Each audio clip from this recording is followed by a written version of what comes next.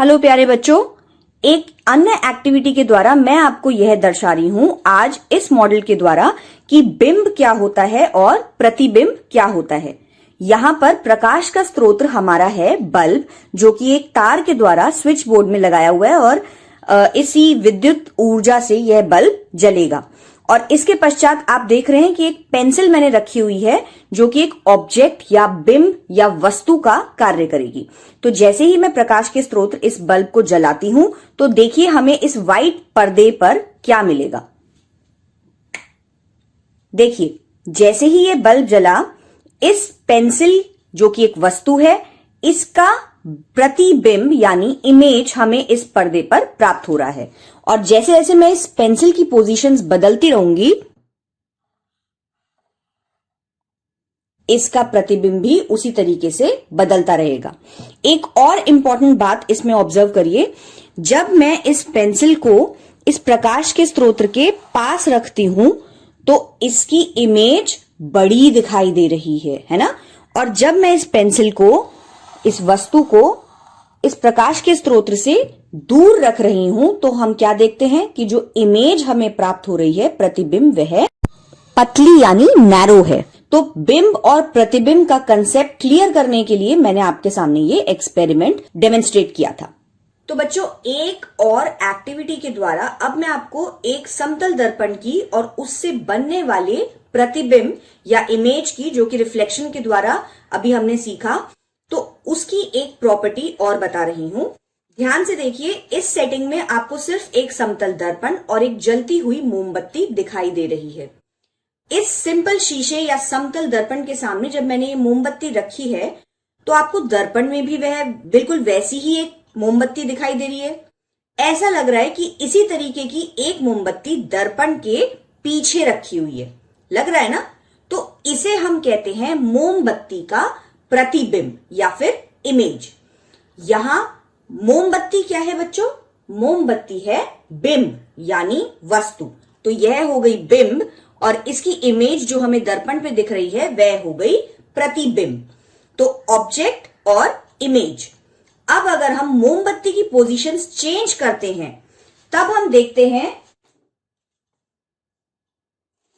अब देखिए मैंने इस मोमबत्ती की पोजीशन चेंज कर दी है। तो क्या ऑब्जर्व कर रहे हैं आप? क्या फिर भी आपको ये मोमबत्ती इस दर्पण में दिखाई दे रही है?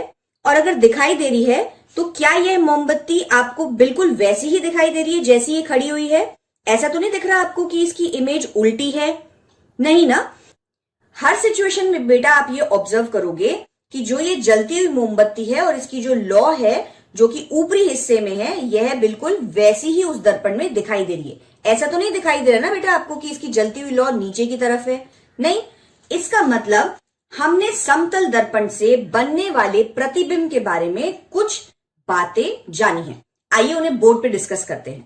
तो क्लास 7 जो एक्सपेरिमेंट हमने अभी देखा और आपकी एनसीईआरटी की बुक पेज नंबर 187 में चित्र 15.6 पे आपको दिख रहा है, उस एक्सपेरिमेंट को ऑब्जर्व करने के बाद हम क्या पता लगाते हैं कि दर्पण जो कि समतल दर्पण था, उसमें जो इमेज थी या प्रतिबिंब जो हमने बनता हुआ देखा, उसकी क्या प्रॉपर्टीज थी। सबसे पहला ऑब्जर्वेशन जो आपने किया था उस एक्सपेरिमेंट में वो था कि जो प्रतिबिंब था या जो इमेज थी वह दर्पण के पीछे बन रही है, राइट? दर्पण के पीछे बन रही है। तो फर्स्ट ऑब्जर्वेशन यही थी। इसका मतलब समतल दर्पण के द्वारा जो भी प्रतिबिंब बनता है उसकी पहली प्रॉपर्टी होती है कि वह दर्पण के पीछे ही बनेगी, जो प्रतिबिंब है। सेकंड आपने क्या ऑब्जर्व उसके अंदर किया था? आपने उस प्रतिबिंब में यह ऑब्जर्व किया था कि वह बिल्कुल सीधा है, यानी इमेज वॉज इरेक्ट।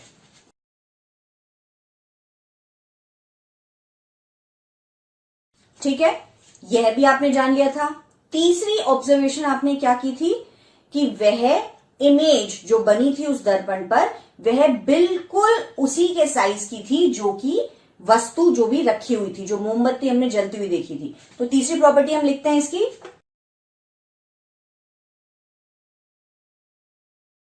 और एक और चीज आपने ऑब्जर्व की थी, वह क्या कि दर्पण से जो बिंब की दूरी थी, मतलब वस्तु की दूरी, दर्पण से वस्तु की दूरी वह बराबर होती है दर्पण से प्रतिबिंब की दूरी के।